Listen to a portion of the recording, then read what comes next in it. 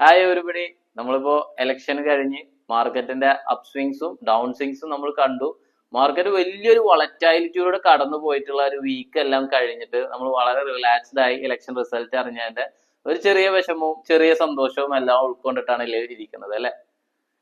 അപ്പോ ഇലക്ഷനിൽ എല്ലാവർക്കും എല്ലാ പാർട്ടികളെയും സപ്പോർട്ട് ചെയ്യാൻ കഴിയില്ല. ഓരോരുത്തർക്ക് അവരവരുടെ രാഷ്ട്രീയം ഉണ്ടായിരിക്കും. അതുപോലെ തന്നെ അവരവരുടെ പാർട്ടികൾ ജയിക്കണം എന്ന് ആഗ്രഹിക്കുന്നവരുണ്ടായിരിക്കും. മാർക്കറ്റിനെ സംബന്ധിച്ച് ഏത് പാർട്ടി ജയിച്ചു കഴിഞ്ഞു കഴിഞ്ഞാലും മാർക്കറ്റ് ആ ഒരു സമയത്തെ അപ്സ്വിങ്ങും ഡൗൺ സ്വിങ്ങും കഴിഞ്ഞാൽ മാർക്കറ്റ് സ്റ്റേബിൾ ആവും.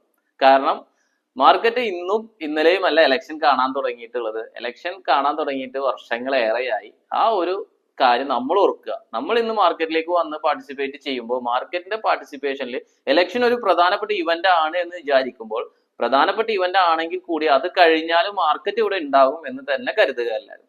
സോ ആ ഒരു ഓപ്പർച്യൂണിറ്റി നമ്മൾ എല്ലാവരും ഉപയോഗപ്പെടുത്താൻ ശ്രമിച്ചിട്ടുണ്ടാവും. നമ്മൾ ഉപയോഗപ്പെടുത്തിയിട്ടുണ്ടായിരുന്നു. നമ്മൾ ഒരുപാട് സ്ട്രാറ്റജീസ് അപ്ലൈ ചെയ്തിട്ടുണ്ടായിരുന്നു. നമ്മളുടെ പ്രൊഫൈലിലോ നമ്മളുടെ ഡിമാറ്റ് അക്കൗണ്ടിൽ നമ്മൾ അങ്ങനെ ട്രേഡ്സും കാര്യങ്ങളും ആക്ടിവേറ്റ് ചെയ്തിട്ടുണ്ടായിരുന്നു. നമ്മുടെ ക്ലയൻസിന് എല്ലാവർക്കും അതിന്റെ ഗുണവും കിട്ടിയിട്ടുണ്ടാവും. NDA ഗവൺമെന്റ് 3.0 എന്ന് പറയുന്ന NDAയുടെ പുതിയ ഒരു ഗവൺമെന്റ് ഫോം ചെയ്തിരിക്കുന്നു. ആ ഗവൺമെന്റിന്റെ പുതിയ നയങ്ങൾക്കായി നമ്മൾ മാർക്കറ്റ് വെയിറ്റ് ചെയ്തുകൊണ്ടിരിക്കുകയായിരുന്നു. അതുപോലെ തന്നെ നമുക്ക് ഏറ്റവും നല്ലൊരു ഫിനാൻസ് മിനിസ്റ്ററെ കിട്ടണമെന്ന് ആഗ്രഹിച്ചുകൊണ്ടാണ് നമ്മൾ എല്ലാവരും ഇനി മാർക്കറ്റിലേക്ക് കടക്കാൻ പോകുന്നത്. സോ ഇനി എന്താണ് എന്നുള്ള ഒരു ചർച്ചകളിലേക്ക് കടക്കുന്നതിന് മുമ്പ് let's welcome to our video. This is Hisham Kappal, your financial brother. Risk in a mutual fund. നമ്മൾ ഇത്ര നാൾ മ്യൂച്വൽ ഫണ്ട് ഇൻവെസ്റ്റ് ചെയ്യുമ്പോൾ mutual fund investments are subject to market risk എന്ന് പറയുന്ന ഒരു ക്യാപ്ഷൻ നിങ്ങൾ എല്ലാവരും കണ്ടിട്ടുണ്ടാവും. സോ ആ ഒരു റിസ്ക് എന്താണെന്നും എങ്ങനെയാണ് ആ റിസ്കിനെ മിറ്റിഗേറ്റ് ചെയ്യുക എന്നുള്ളതൊക്കെ നമ്മൾ പല വീഡിയോസിലായിട്ട് കണ്ടിട്ടുണ്ടെങ്കിൽ കൂടി നമ്മൾ ഒരു മ്യൂച്വൽ ഫണ്ടിലേക്ക് എൻ്റർ ചെയ്യുമ്പോൾ എങ്ങനെയാണ് നമ്മളുടെ റിസ്ക്കും ആ ഫണ്ടിന്റെ റിസ്ക്കും കൂടി താരതമ്യം ചെയ്തുകൊണ്ട് അത് നമുക്ക് അനുയോജ്യമായ ഫണ്ടാണെന്ന് ചൂസ് ചെയ്യുന്നതിനുമായി നമുക്കൊരു information document, that is called scheme information document. അപ്പൊ ഇവിടെ നമ്മൾ സ്ക്രീൻ റെക്കോർഡിൽ കാണിക്കുന്ന SBI എനർജി ഓപ്പർച്യൂണിറ്റീസ് ഫണ്ട് എന്ന് പറയുന്നതാണ്. ഈ എനർജി ഓപ്പർച്യൂണിറ്റീസ് ഫണ്ടിനെ കുറിച്ചിട്ടുള്ള ഒരു വീഡിയോ നമ്മൾ മുൻപ് അപ്ലോഡ് ചെയ്തിട്ടുണ്ട്. അത് കാണാത്തവരായിട്ടുള്ളവർ കണ്ടിട്ട് വരിക. അപ്പൊ നിങ്ങൾക്ക് കൂടുതലായിട്ട് ഒന്നുകൂടി എത്ര കാലത്തേക്ക് ഈ ഫണ്ട് ഇൻവെസ്റ്റ് ചെയ്യണം, ആർക്കാണ് ഇത് ഉപയോഗപ്പെടുക എന്നുള്ളതെല്ലാം നിങ്ങൾക്ക് മനസ്സിലാക്കാൻ കഴിയും. So SBI energy opportunities fund എന്ന് പറയുന്ന നെയിം നിങ്ങൾക്ക് ഇവിടെ കാണാൻ പറ്റും. And open ended equity scheme എന്നാണ് നമ്മളുടെ ഈ ഒരു സ്കീം ഇൻഫോർമേഷൻ ഡോക്യുമെന്റ് ഫസ്റ്റ് പേജിൽ തന്നെ കാണാൻ കഴിയുക. അതുപോലെ തന്നെ നമുക്ക് റിസ്കോമീറ്റർ എന്ന് പറയുന്ന ഹൈലി റിസ്കി അല്ലെങ്കിൽ വെരി ഹൈ റിസ്ക് എന്ന് പറയുന്ന ഒരു തരത്തിൽ നമുക്ക് അതും കാണാൻ കഴിയും. So SBI energy opportunities fund and open ended equity scheme following the energy theme എന്ന് പറയുമ്പോൾ തന്നെ നമുക്ക് അതിന്റെ ഒരു 80% അല്ലെങ്കിൽ 90% തീം നമുക്ക് മനസ്സിലായി. എന്താണ് മനസ്സിലാക്കുന്നത്? SBIയുടെ ഓപ്പൺ എൻഡഡ് എപ്പോൾ വേണമെങ്കിലും ഇൻവെസ്റ്റ് ചെയ്ത് തുടങ്ങാവുന്ന SIP ആയിട്ടോ ലംസം ആയിട്ടോ ഈ ഫണ്ട് തുടങ്ങി ഏത് കാലം വരെ ഈ ഫണ്ട് ഉണ്ടോ അതിന്റെ ഇടയിൽ നമുക്ക് എപ്പോൾ വേണമെങ്കിലും എൻട്രി ചെയ്യാനും എക്സിറ്റ് ചെയ്യാനും കഴിയുന്നതിനെയാണ് ഓപ്പൺ എൻഡഡ് എന്ന് പറയുന്നത്. ഇങ്ങനെയുള്ള ഒരു ഇക്വിറ്റി സ്കീമാണ്. അതായത് മുഴുവനായിട്ടും എനർജി റിലേറ്റഡ് ആയിട്ടുള്ള എനർജി കമ്പനികളുമായി ബന്ധപ്പെട്ട കമ്പനികളിൽ മാത്രം ഇൻവെസ്റ്റ് ചെയ്യുകയും അതിൽ നിന്ന് കിട്ടുന്ന റിട്ടേൺസ് ഡിസ്ട്രിബ്യൂട്ട് ചെയ്യുകയുമാണ് ഈ ഫണ്ടിന്റെ ഉദ്ദേശം. Bench mark of the scheme first പേജിൽ തന്നെ നമുക്ക് കാണാൻ കഴിയും. ബെഞ്ച് മാർക്ക് എന്തിനെയാണ് ഈ ഒരു ഫണ്ട് ഫെച്ച് ചെയ്യുന്നത് എന്നാണ് ഉദ്ദേശിക്കുന്നത്. Nifty energy TRI total return index, Nifty എനർജിയുടെ ടോട്ടൽ റിട്ടേൺ ഇൻഡെക്സ് എന്ന് പറയുന്ന നിഫ്റ്റി എനർജി ഇൻഡെക്സിനെയാണ് ഈ ഒരു ഫണ്ട് ഫോളോ ചെയ്യുന്നത് എന്ന് അതിൽ തന്നെ മനസ്സിലാക്കാൻ കഴിഞ്ഞു. സോ ഇതൊരു തിമാറ്റിക് ഫണ്ടാണ് എന്നതാണ് അതിന്റെ ഏറ്റവും വലിയ highlight.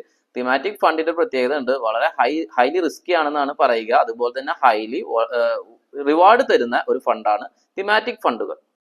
SBI energy opportunities fund എന്ന് പറയുന്നത്. അതുപോലെ തന്നെ type of scheme and open ended. ഞാൻ നേരത്തെ പറഞ്ഞല്ലോ ടൈപ്പ് ഓഫ് സ്കീം എന്താണെന്നുള്ളത്. ഓപ്പൺ എൻഡഡ് എന്ന് പറയുന്നത് എന്താണെന്ന് മനസ്സിലാക്കി കാണുമെന്ന് പ്രതീക്ഷിക്കുന്നു. ഇനി അതിലാണ് പ്ലാൻ എന്ന് പറയുന്നത്. പ്ലാനിൽ നമുക്ക് കാണാൻ കഴിയും ഡയറക്റ്റ് പ്ലാൻ എന്നും അതുപോലെ തന്നെ റെഗുലർ പ്ലാൻ എന്നും കാണാൻ കഴിയും. നിങ്ങൾ ഏതെങ്കിലും ഒരു കമ്പനിയുടെ സൈറ്റിൽ പോയി ഡയറക്റ്റ് ആയിട്ട് ഏതെങ്കിലും പ്ലാനുകൾ നിങ്ങൾ ചൂസ് ചെയ്യുകയാണെങ്കിൽ അത് നിങ്ങൾക്ക് ഡയറക്റ്റ് എന്ന് പറയുന്ന കോഡിലേക്കും ഡയറക്റ്റ് എന്ന് പറയുന്ന മോഡിലേക്കും പോകും. വേറെ നിങ്ങൾ ഒരാളുടെ അടുത്തോ അല്ലെങ്കിൽ ഒരു ഫിനാൻഷ്യൽ അഡ്വൈസറിന്റെ അടുത്തോ സംസാരിക്കുകയാണ്, അദ്ദേഹവുമായി ബന്ധപ്പെട്ടാണ് നിങ്ങൾ ഒരു ഇൻവെസ്റ്റ്മെന്റിലേക്ക് കടക്കുന്നത് എങ്കിൽ നിങ്ങൾക്ക് റെഗുലർ പ്ലാനിലേക്കാണ് കടക്കാൻ കഴിയുക. അത് തന്നെയാണ് നിങ്ങൾക്ക് അതിൽ മനസ്സിലാക്കേണ്ടത്. സോ അത് നിങ്ങളുടെ ഡിസിഷൻ ആണ് ഏതിലേക്ക് എൻ്റർ ചെയ്യണം എന്നുള്ളത്. അങ്ങനെ നമ്മൾ എൻ്റർ ചെയ്ത് കഴിഞ്ഞു കഴിഞ്ഞാൽ നമുക്ക് രണ്ട് ഓപ്ഷനാണ് നമ്മളടുത്ത് ചോദിക്കുക. ഒന്ന് ഗ്രോത്ത് ഓപ്ഷൻ എന്നുള്ളത്, മറ്റൊന്ന് IDCW എന്ന് പറയുന്നത്. ഗ്രോത്ത് ഓപ്ഷൻ എന്ന് പറയുന്നത് നമ്മളുടെ ഫണ്ട് ഗ്രോ ചെയ്യുകയാണ്. അതായത് നമ്മൾ ഇൻവെസ്റ്റ് ചെയ്ത എമൗണ്ട് ഇൻവെസ്റ്റ് ചെയ്യുകയും അതിലൂടെ നമുക്ക് കിട്ടുന്ന ഡിവിഡൻസ്, മറ്റ് ബോണസ് ഷെയറുകൾ ഇതെല്ലാം റീഇൻവെസ്റ്റ് ചെയ്ത് ഗ്രോത്തിലേക്ക് കടക്കുന്നതിനെയാണ് ഗ്രോത്ത് ഫണ്ട് എന്ന് പറയുന്നത്. IDCW എന്ന് പറയുന്നത് ഇൻകം വിഡ്രോവൽ കം ഡിസ്ട്രിബ്യൂഷൻ എന്ന് പറയുന്ന ഫണ്ടാണ്. ഇങ്ങനെ പറയുന്നതിലൂടെ നമുക്ക് മനസ്സിലാക്കാൻ കഴിയും അതിൽ നിന്ന് കിട്ടുന്ന ഇൻകത്തെയോ അല്ലെങ്കിൽ നമുക്ക് അതിൽ നിന്ന് എന്തെങ്കിലും ഒരു ബോണസ് ഷെയർസ് കിട്ടുകയോ അതും അല്ലെങ്കിൽ ഡിവിഡൻഡ് ആയി കിട്ടുന്ന ഇൻകത്തെയോ നമുക്ക് ഇൻകമായി എല്ലാ മാസവും സ്വീകരിക്കാൻ കഴിയുന്നതിനെയാണ് IDCW. ഇനി താഴേക്ക് വന്നു കഴിഞ്ഞാൽ നിങ്ങൾക്ക് ഇവിടെ കാണാൻ കഴിയുന്നത് ലിക്വിഡിറ്റി എന്ന് പറയുന്ന ഓപ്ഷനാണ്. ഈ ഒരു ലിക്വിഡിറ്റി എങ്ങനെയാണ് ഈ ഫണ്ട് നമുക്ക് ലിക്വിഡ് ആക്കാൻ കഴിയുന്നതും റെഡീം ചെയ്യാൻ കഴിയുന്നതും എന്നുള്ളതിനെ പറ്റിയിട്ടാണ് ഈ ലിക്വിഡിറ്റി എന്ന് പറയുന്നത്. അത് നമുക്ക് അറിയാം, നമുക്ക് എപ്പോഴും ഫണ്ട് ആവശ്യം വരുമ്പോൾ നമുക്ക് എടുക്കുന്നതാണ് നമുക്ക് സൗകര്യം. സോ ലിക്വിഡിറ്റി ഉറപ്പുവരുത്തുന്ന ഫണ്ടുകളിലായിരിക്കണം നമ്മൾ ഇൻവെസ്റ്റ് ചെയ്യേണ്ടത്. അടുത്തതായി ബെഞ്ച് മാർക്ക് ഇൻഡെക്സ് നമ്മൾ ഒരിക്കൽ സംസാരിച്ചതാണ്, അതുകൊണ്ട് ഇനി സംസാരിക്കേണ്ടതില്ല. ലോഡ് എന്ന് പറയുന്ന ഒരു ഓപ്ഷൻ നിങ്ങൾക്ക് ഇവിടെ കാണാൻ കഴിയും. ലോഡ് എന്ന് പറയുന്നത് എൻട്രി ലോഡും അതുപോലെ തന്നെ എക്സിറ്റ് ലോഡുമാണ്. അതായത് നമ്മളൊരു ഫണ്ടിലേക്ക് എൻട്രി ചെയ്യുമ്പോൾ നമുക്ക് ഒരിക്കലും ഒരു ചാർജസോ കാര്യങ്ങളോ അവർ ഈടാക്കാൻ പാടില്ലാത്തതാണ്. സോ അതുകൊണ്ട് എൻട്രി ലോഡ് എന്ന് പറയുന്നത് എപ്പോഴും നോട്ട് അപ്ലിക്കബിൾ എന്നാണ് കാണിക്കുക. എക്സിറ്റ് ലോഡ് എന്ന് പറയുന്നത് പല ഫണ്ടുകൾക്കും വ്യത്യസ്തമായിരിക്കും. എക്സാമ്പിൾ ഇവിടെ പറഞ്ഞിരിക്കുന്നത് ഒരു 1 ഇയറിന് മുൻപായി നിങ്ങളുടെ ഫണ്ട് വിഡ്രോ ചെയ്യുകയാണെങ്കിൽ അതിൽ നിന്ന് നിങ്ങൾക്ക് കിട്ടിയ ഗ്രോത്ത്, അതെല്ലാം നിങ്ങൾ ഇൻവെസ്റ്റ് ചെയ്ത എമൗണ്ട് പ്ലസ് ഗ്രോത്ത്, അതിന്റെ 1% എന്ന തരത്തിൽ നമ്മളുടെ ഫണ്ടിൽ നിന്ന് ഈടാക്കും. അവരൊരു ചാർജായി ഈടാക്കും. അതിനെയാണ് എക്സിറ്റ് ലോഡ് എന്ന് പറയുന്നത്. നമ്മൾ പറഞ്ഞു റിസ്ക് ഫാക്ടേഴ്സിനെ കുറിച്ച് മനസ്സിലാക്കാൻ വേണ്ടിയാണ് നമ്മൾ സ്കീം ഇൻഫർമേഷൻ ഡോക്യുമെന്റ് എന്നുള്ളത് മുഴുവനായി വായിക്കാൻ ശ്രമിക്കുന്നത്. സോ 168 പേജുള്ള ഒരു ഡോക്യുമെന്റ് മുഴുവനായി വായിക്കുന്നതിനേക്കാൾ അതിലെ പ്രധാനപ്പെട്ട പോയിന്റുകളെ മനസ്സിലാക്കുക എന്നുള്ളതാണ് നമ്മളുടെ അജണ്ട. അതിനായി നമ്മൾ ഒറ്റ കാര്യം ശ്രമിക്കുക, നമുക്ക് റിസ്ക് എന്ന് പറഞ്ഞ് മനസ്സിലാക്കുന്നതിന് മുമ്പ് ആ ഫണ്ട് എവിടെയെല്ലാം ഇൻവെസ്റ്റ് ചെയ്യുന്നുണ്ടെന്നും അങ്ങനെ ഇൻവെസ്റ്റ് ചെയ്യുന്നത് അറിഞ്ഞാൽ മാത്രമാണ് നമുക്ക് റിസ്ക് കാൽക്കുലേറ്റ് ചെയ്യാൻ പറ്റുകയുള്ളൂ. സോ ആ ഫണ്ടിനെ കുറിച്ച് ആദ്യം ഒന്ന് മനസ്സിലാക്കാനായി നമ്മൾ ആ ഫണ്ട് എവിടെയെല്ലാം ഇൻവെസ്റ്റ് ചെയ്യുന്നു എന്ന് നോക്കാം. അതിനായി നമ്മൾ ഈ 7ാമത്തെ പേജിൽ നിങ്ങൾക്ക് വായിച്ചു കഴിഞ്ഞാൽ നിങ്ങൾക്ക് മനസ്സിലാവും. ഞാൻ അത് ഇവിടെ വിശദമായി വായിക്കുന്നില്ല, ജസ്റ്റ് ഞാൻ അതിൽ നിന്നൊരു ഷോർട്ട് ആയിട്ടുള്ള കുറച്ച് പോയിന്റ്സ് ഉണ്ടാക്കി വെച്ചിട്ടുണ്ട്. ആ പോയിന്റ്സ് നിങ്ങൾക്ക് മുന്നിൽ ഞാൻ ഇവിടെ പറയാം. ഫസ്റ്റ് ഓഫ് ഓൾ, കമ്പനി പറഞ്ഞതുപോലെ തന്നെ ഇക്വിറ്റി ആൻഡ് ഇക്വിറ്റി റിലേറ്റഡ് ഇൻസ്ട്രുമെന്റ്സിലാണ് കമ്പനി ഇൻവെസ്റ്റ് ചെയ്യുന്നത്. ഞാൻ പറഞ്ഞു ഓപ്പൺ ആൻഡ് ഇക്വിറ്റി സ്കീമാണ്. സോ കംപ്ലീറ്റ് ആയി ഇക്വിറ്റിയിലാണ് ഇൻവെസ്റ്റ് ചെയ്യുക എന്ന് പറഞ്ഞു. എത്രത്തോളം കംപ്ലീറ്റ് ആയി ഇക്വിറ്റിയിലാണ് ഇൻവെസ്റ്റ് ചെയ്യുക എന്ന് പറഞ്ഞു കഴിഞ്ഞാലും നമുക്ക് ഒരു ഇൻവെസ്റ്റ്മെന്റിന് വേണ്ടി ഒരു ഫണ്ട് ഇനീഷ്യേറ്റ് ചെയ്യുമ്പോൾ ആ ഫണ്ടിന് പ്രത്യേകം റൂൾ ഉണ്ട്. ഫുള്ളി ഇക്വിറ്റി സ്കീം ആണെന്ന് പറയുകയാണെങ്കിൽ കൂടി 80% വരെയുള്ള ഫണ്ടിനെ നമുക്ക് ഇക്വിറ്റിയിലേക്ക് ഇൻവെസ്റ്റ് ചെയ്യാനും ബാക്കി ഫണ്ടുകളെ നമുക്ക് പല മേഖലയിലേക്ക് ആയി ഡിസ്ട്രിബ്യൂട്ട് ചെയ്യാനുമുള്ള ഒരു ഓപ്പർച്യൂണിറ്റി ആ ഫണ്ട് മാനേജർക്ക് സെബി പോലെയുള്ള അല്ലെങ്കിൽ ആംഫി പോലെയുള്ള സംഘടന എന്ന് പറയുമ്പോൾ നമുക്കറിയാം ഇക്വിറ്റിനെയും ക്യാപിറ്റൽ മാർക്കറ്റിനെയും നോക്കുന്നതിന് വേണ്ടി ഒരുപാട് മുകളിലുള്ള ഗവൺമെന്റ് അതോറിറ്റീസും ഗവൺമെന്റ് ബോഡീസും ഉണ്ട്. അതിൽപ്പെട്ടതാണ് ആംഫി എന്ന് പറയുന്നതും സെബി എന്ന് പറയുന്നതും. സോ അവർ തന്നെ വെച്ചിട്ടുണ്ട് ഫണ്ട് മാനേജർക്ക് ഒരു കൺവീനിയൻസ് കിട്ടുന്നതിന് വേണ്ടി 80% ഇക്വിറ്റിയിൽ ഇൻവെസ്റ്റ് ചെയ്യാമെന്നും ബാക്കി എമൗണ്ട് ഡെപ്റ്റ് എന്ന് പറയുന്ന കടപ്പത്രകൾ ഇൻവെസ്റ്റ് ചെയ്യാനും അല്ലെങ്കിൽ മണി മാർക്കറ്റ് ഇൻസ്ട്രുമെന്റ്സിൽ ഇൻവെസ്റ്റ് ചെയ്യാനും ഓപ്പർച്യൂണിറ്റീസ് അവർക്ക് കൊടുക്കുന്നുണ്ട്. അതുപോലെ തന്നെയാണ് മൂന്നാമതായി നമുക്ക് കാണാൻ കഴിയും സെക്യൂരിറ്റൈസ്ഡ് ഡെപ്റ്റ് ഇൻവെസ്റ്റ്മെന്റ്സ്, അതായത് സെക്യൂരിറ്റികൾ നൽകിക്കൊണ്ട് കടപ്പത്രങ്ങൾ ക്രിയേറ്റ് ചെയ്യുന്ന കോർപ്പറേറ്റ് ബോണ്ട്സിൽ ഇൻവെസ്റ്റ് ചെയ്യാനുള്ള ഓപ്പർച്യൂണിറ്റീസ് അവർക്ക് ലഭിക്കുന്നുണ്ട്. നാലാമതായി നമ്മൾ ശ്രദ്ധിക്കേണ്ടത് ഡെറിവേറ്റീവ്സ് എന്ന് പറയുന്ന ഒരു സെഗ്മെന്റ് ആണ്. ഡെറിവേറ്റീവ്സ് എന്ന് പറയുന്നത് എപ്പോഴും നമുക്ക് മനസ്സിലാക്കാൻ കഴിയും, അത് F&O എന്ന് പറയുന്ന സെക്ഷനാണ്. ഈ F&O എന്ന് പറയുന്നത് ഹൈലി റിസ്കി ആണെന്നിരിക്കെ കമ്പനികൾ അല്ലെങ്കിൽ മ്യൂച്വൽ ഫണ്ടുകൾക്ക് ഇൻവെസ്റ്റ് ചെയ്യാനുള്ള വളരെ ഇൻട്രസ്റ്റിംഗ് ആയിട്ടുള്ള ഒരു ടൂളാണ് ഡെറിവേറ്റീവ്സ് എന്ന് പറയുന്നത്. സോ ഡെറിവേറ്റീവ്സ് എന്ന് പറയുന്നത് ഇക്വിറ്റിയിലും ഡെപ്റ്റിലും നമുക്ക് കാണാൻ കഴിയും. കൂടുതലായിട്ട് മനസ്സിലാക്കാനായിട്ട് നമ്മൾ ഈ വീഡിയോ മുഴുവനായി കണ്ടാൽ നിങ്ങൾക്ക് കുറെ എല്ലാം മനസ്സിലാക്കാൻ കഴിയും ഡെറിവേറ്റീവ്സ് എന്താണെന്നും എങ്ങനെയെല്ലാമാണ് ഡെറിവേറ്റീവ്സ് ഡെപ്റ്റ് മാർക്കറ്റിൽ വരുന്നതും എല്ലാം നിങ്ങൾക്ക് മനസ്സിലാക്കാൻ കഴിയും. അടുത്തതായി നമുക്ക് പറയുന്നതാണ് SLV അല്ലെങ്കിൽ സെക്യൂരിറ്റി ലെൻഡിങ് എന്ന് പറയുന്നത്. അതായത് നമ്മളൊരു ഇൻവെസ്റ്റ്മെന്റിന് വേണ്ടി അല്ലെങ്കിൽ നമ്മളുടെ പണം മുടക്കി നമ്മൾ കുറച്ച് അദാനി സ്റ്റോക്സോ ഏതെങ്കിലും സ്റ്റോക്സ് നമ്മൾ മേടിച്ചു വെച്ചെന്നിരിക്കെ, സെയിൽ എന്ന് പറയുന്ന ഒരു കമ്പനിയുടെ സ്റ്റോക്സ് നമ്മൾ മേടിച്ചെന്നിരിക്കെ നമുക്ക് ആവശ്യമില്ല, നമുക്ക് ഇതൊരു 5 വർഷം കഴിഞ്ഞിട്ടാണ് നമുക്ക് ഈ സ്റ്റോക്ക് വിൽക്കുന്നതിനോ അല്ലെങ്കിൽ മറ്റു ആവശ്യങ്ങൾക്ക് ഉപയോഗിക്കാൻ എന്നാണ് നമ്മൾ ചിന്തിച്ചിട്ടുണ്ടെങ്കിൽ നമുക്ക് ഈ സ്റ്റോക്കിന് കടം കൊടുക്കാൻ കഴിയും ആളുകൾക്ക്. അങ്ങനെ റെന്റ് ഔട്ട് ചെയ്യാൻ കഴിയും. നമ്മൾ ഈ സ്റ്റോക്കിനെ റെന്റ് ഔട്ട് ചെയ്തുകൊണ്ട് ആ റെന്റ് നമുക്ക് സ്വീകരിക്കാൻ കഴിയും. അതിനെയാണ് സെക്യൂരിറ്റീസ് ലെൻഡിങ് എന്ന് പറയുന്നത്. അതുപോലെ തന്നെയാണ് അടുത്തതായിട്ടുള്ള ADR അല്ലെങ്കിൽ GDR എന്ന് പറയുന്നത്. നമുക്കറിയാം അമേരിക്കൻ ഡെപ്പോസിറ്ററി രജിസ്റ്റർ എന്ന് പറയുന്ന ADR അമേരിക്കൻ മാർക്കറ്റിൽ US മാർക്കറ്റിൽ ഇൻവെസ്റ്റ്മെന്റ് ചെയ്യാനുള്ള ഒരു ഇൻസ്ട്രുമെന്റ് ആണ് ADR എന്ന് പറയുന്നത്. സോ നമ്മൾ പറഞ്ഞത് വെച്ച് നോക്കിക്കഴിഞ്ഞാൽ നിങ്ങൾക്ക് ഇപ്പൊ മനസ്സിലാക്കണം 5 ഇൻസ്ട്രുമെന്റ്സ് അല്ലെങ്കിൽ 6 ഇൻസ്ട്രുമെന്റ്സ് ഞാൻ ഇനി പറഞ്ഞു. ഇനി ഇവിടുന്ന് അങ്ങോട്ട് നമ്മൾ 7ാമത്തേലേക്ക് കടക്കുകയാണ്. അത് എന്തുവെന്ന് വെച്ചാൽ റൈറ്റ്സ് എന്ന് പറയുന്ന അല്ലെങ്കിൽ ഇൻവിച്ച് എന്ന് പറയുന്ന മേഖലയാണ്. റിസ്കിനെ കുറിച്ച് സംസാരിക്കുമ്പോൾ നമ്മൾ ആദ്യമായിട്ട് നമ്മൾ പറഞ്ഞ equity and equity related risk. ഇക്വിറ്റിയിലേക്ക് ഇൻവെസ്റ്റ് ചെയ്യുമ്പോൾ നമുക്ക് മനസ്സിലാക്കാൻ കഴിയും വളറ്റാലിറ്റി ഹെവിയാണ്.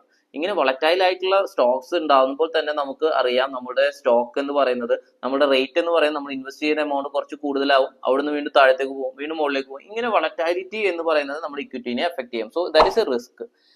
അതുപോലെ തന്നെയാണ് സെറ്റിൽമെന്റ് പ്രോബ്ലം സംഭവിക്കാം, ലിക്വിഡിറ്റി ഇഷ്യൂസ് സംഭവിക്കാം. ഇങ്ങനെയുള്ളതിനെയാണ് ഇക്വിറ്റി റിലേറ്റഡ് റിസ്ക് എന്ന് പറയുന്നത്. നമ്മൾ റിസ്കിനെ കുറിച്ചാണ് ഇനി സംസാരിക്കുന്നത്. അതുകൊണ്ട് തന്നെ നിങ്ങൾ അത് മനസ്സിലാക്കുക. റിസ്ക് എന്ന് പറയുന്നത് ഇത്തരത്തിൽ ഡെപ്റ്റ് മാർക്കറ്റിലോ മണി മാർക്കറ്റിലോ റിസ്ക് ഇല്ല എന്ന് ഒരിക്കലും നിങ്ങൾ ചിന്തിക്കരുത്. ക്രെഡിറ്റ് റിസ്ക് എന്ന് പറയുന്ന, അല്ലെങ്കിൽ ലിക്വിഡിറ്റി റിസ്ക് എന്ന് പറയുന്ന, ഇൻട്രസ്റ്റ് റേറ്റ് റിസ്ക്, അതുപോലെ തന്നെ അൺറേറ്റഡ് ഡെപ്റ്റ് ബോൺസ്, അതായത് AAA റേറ്റിംഗ് ഇല്ലാത്ത ട്രിപ്പിൾ ബി റേറ്റിംഗിലോട്ടോ അല്ലെങ്കിൽ അതിനേക്കാൾ താഴ്ന്ന റേറ്റിലോട്ടോ ഉള്ള ഒരു ഡെപ്റ്റ് ബോണ്ടുകൾ നമ്മൾ സ്വീകരിച്ചു കഴിഞ്ഞു കഴിഞ്ഞാൽ നമുക്കത് റിസ്ക് ആണ്. അത് തന്നെയാണ് ഇനി അടുത്തതായി സെക്യൂരിറ്റൈസ്ഡ് ഡെപ്റ്റ് ഇൻവെസ്റ്റ്മെന്റിലോട്ടും സംഭവിക്കുമ്പോൾ ഞാൻ നേരത്തെ പറഞ്ഞു അതിലും റിസ്ക് ഇൻവോൾവ് ആണ്. കോർപ്പറേറ്റ് ബോണ്ട് ബാക്ക്ഡ് ആയിട്ടുള്ള ബോണ്ട്സ് ആകുമ്പോൾ ആ ഒരു കോർപ്പറേറ്റ് കമ്പനികളുടെ ഒരു സുതാര്യത അല്ലെങ്കിൽ അവരുടെ പ്രവർത്തന രീതി നമ്മളുടെ ഈ ഒരു ഡെപ്റ്റ് പേപ്പറെ അഫക്ട് ചെയ്യും. ഡെറിവേറ്റീവ്സിലേക്ക് കടക്കുമ്പോൾ നമുക്കറിയാം ഡെറിവേറ്റീവ്സ് എന്ന് പറയുന്നത് F&O സെഗ്മെന്റ് ആണ്. നമ്മൾ എപ്പോഴും നമ്മുടെ ലിക്വിഡിറ്റി റിസ്ക് വളരെ കൂടുതലാണ് ഈ ഒരു സെഗ്മെന്റിലായിട്ടുള്ളത്. ഇങ്ങനെ റിസ്ക് ഉണ്ട് എന്ന് പറയുമ്പോൾ നമ്മൾ എങ്ങനെയാണ് ഇൻവെസ്റ്റ്മെന്റ് ചെയ്യാൻ കഴിയുക, നമുക്കൊരു മ്യൂച്വൽ ഫണ്ടിലേക്ക് എങ്ങനെ എൻട്രി എടുക്കാൻ സാധിക്കും, എല്ലാം റിസ്കിലാണ് നമ്മൾ പറഞ്ഞുകൊണ്ടിരിക്കുന്നത് എന്നുണ്ടെങ്കിൽ നമുക്ക് അതിലേക്ക് കടക്കാൻ ബുദ്ധിമുട്ടായിരിക്കും.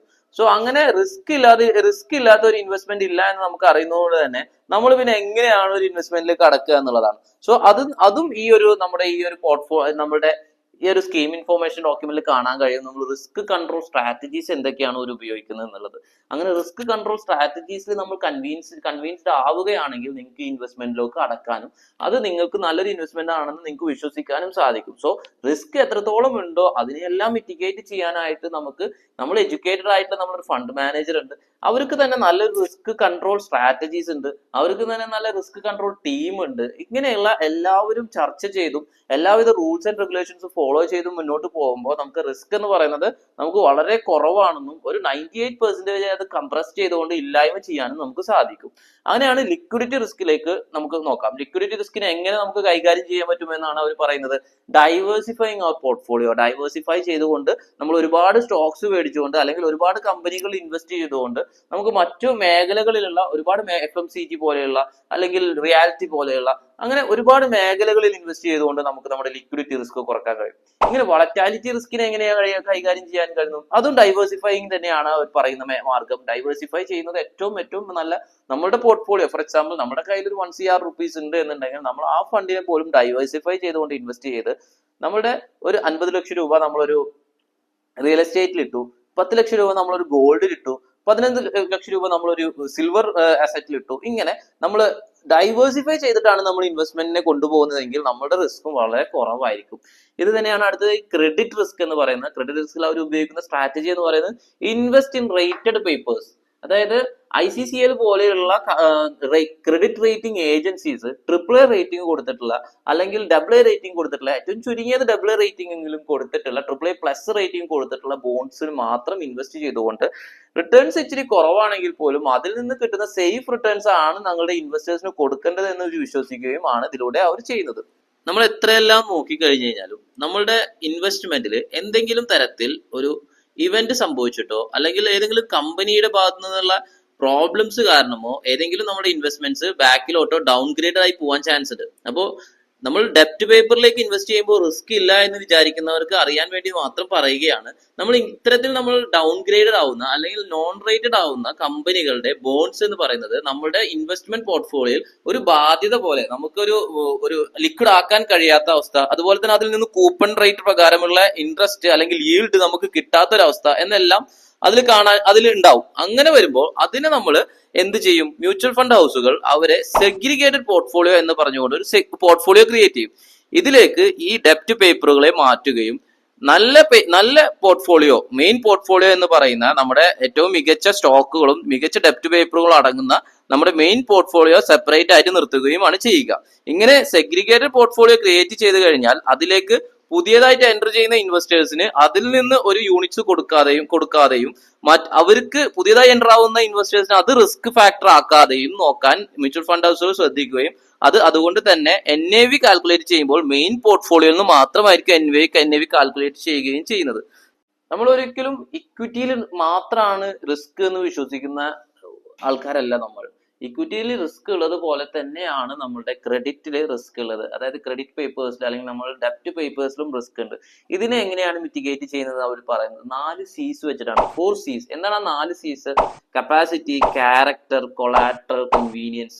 4 C's വെച്ചിട്ടാണ് ഒരു റിസ്കിനെ മിറ്റിഗേറ്റ് ചെയ്യാനായിട്ട് ഇതിൽ ഉപയോഗിച്ചിട്ടുള്ളത്. സോ ഇതെല്ലാം ഈ പേപ്പറിൽ തന്നെ, ഈ സ്കീം ഇൻഫർമേഷൻ ഡോക്യുമെന്റിൽ നിങ്ങൾക്ക് കാണാൻ കഴിയും. നിങ്ങൾ ഇതിലൊരു 164 പേജ് ഒന്നും മുഴുവനായി വായിക്കേണ്ടതില്ല ഇത് മനസ്സിലാക്കാനായിട്ട്. ഇത് ജസ്റ്റ് നിങ്ങളുടെ അതിന്റെ ഹെഡിങ് മനസ്സിലാക്കിക്കൊണ്ട് ഹെഡിങ്ങിലുള്ള ഏറ്റവും പ്രധാനപ്പെട്ട കാര്യങ്ങൾ ഏതാണെന്ന് മനസ്സിലാക്കി അത് മാത്രം വായിച്ചെടുത്താൽ തന്നെ നിങ്ങൾക്ക് ഇതിലുള്ള എല്ലാവിധ ഇമ്പോർട്ടന്റ് തിങ്സ് നിങ്ങൾക്ക് ഇതിൽ മനസ്സിലാക്കാൻ കഴിയും.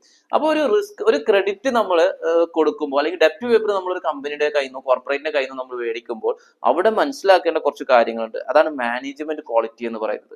സോ വൺസ് എ ക്രെഡിറ്റ് പേപ്പറിലേക്കോ ഡെപ്റ്റ് പേപ്പറിലേക്കോ നമ്മുടെ ഇൻവെസ്റ്റർ അല്ലെങ്കിൽ നമ്മുടെ ഫണ്ട് മാനേജർ കടക്കുന്നതിന് മുന്നേ ഈ കമ്പനിയുടെ മാനേജ്മെന്റ് ക്വാളിറ്റിയെ കുറിച്ച് പഠിച്ചിരിക്കും, ഫൈനാൻഷ്യൽ അനാലിസിസ് ഒരുപാട് നടത്തിയിരിക്കും, ബിസിനസ് അനാലിസിസ് ഒരുപാട് നടത്തിയിരിക്കും. അതുപോലെ തന്നെ റെഗുലേറ്ററി എൻവയോൺമെന്റ്സ്, അവര് ആരാണ് റെഗുലേറ്റ് ചെയ്യുന്നത്, ആരൊക്കെയാണ് അവരുടെ ഡയറക്ടർ ബോർഡിൽ ഉള്ളത്, ആരൊക്കെയാണ് അവരെ സ്ക്രൂട്ടൻ ചെയ്തത്, ഓഡിറ്റേഴ്സ് ആരാണ്, അവർ ഓഡിറ്റേഴ്സ് കയ്യിൽ നിന്ന് ഫീഡ്ബാക്ക് എടുക്കുകയും ഇത്തരത്തിലുള്ള ഒരുപാട് മെത്തേഡ്സ് അവർ ചെയ്തുകൊണ്ട് മാത്രമാണ് നമ്മളുടെ ഫണ്ട് മാനേജർ നമ്മളുടെ ഫണ്ടിനെ യൂട്ടിലൈസ് ചെയ്യാനോ വിനിയോഗിക്കാനോ പോകുന്നത്. അങ്ങനെ ഇത്തരത്തിൽ നമ്മുടെ എല്ലാ തരത്തിലുള്ള റിസ്കുകളെ കൺട്രോൾ ചെയ്യാനും അല്ലെങ്കിൽ റിസ്ക് കൺട്രോൾ സ്ട്രാറ്റജീസ് ഇൻവോൾവ് ചെയ്തുകൊണ്ട് നമ്മളുടെ ഫണ്ടിനെ ഏറ്റവും സേഫ് ആക്കുകയും ചെയ്യുന്ന തരത്തിലാണ് നമ്മളുടെ ഇൻവെസ്റ്റ്മെന്റ് അഡ്വൈസേഴ്സ് അല്ലെങ്കിൽ നമ്മളുടെ ഫണ്ട് മാനേജേഴ്സ് നമ്മുടെ ഫണ്ടിനെ കൈകാര്യം ചെയ്യുന്നത് മനസ്സിലാക്കുക. ഇതിനെല്ലാം പറഞ്ഞുകൊണ്ടാണ് നമ്മൾ ഈ ഒരു 168 പേജുള്ള നമ്മളുടെ സ്കീം ഇൻഫർമേഷൻ ഡോക്യുമെന്റ് എന്നുള്ളത്. സോ നിങ്ങൾക്ക് ഈ പേജിന്, ഈ ഒരു ഡോക്യുമെന്റിനെ കുറിച്ചിട്ടുള്ള കൂടുതലായിട്ടുള്ള വീഡിയോസോ മറ്റു ആവശ്യങ്ങളോ ഉണ്ടെങ്കിൽ നിങ്ങൾ കമന്റ് സെക്ഷനിലൂടെ അറിയിക്കുക. മറ്റെന്തെങ്കിലും സംശയങ്ങളോ കാര്യങ്ങളോ ഉണ്ടെങ്കിലും നിങ്ങൾക്ക് എന്നെ നേരിട്ട് വിളിക്കാവുന്നതാണ്. നമ്മുടെ നമ്പർ ഇവിടെ മെൻഷൻ ചെയ്യുന്നുണ്ട്. So don't forget to subscribe us, don't forget to support us. Thank you for your valuable time.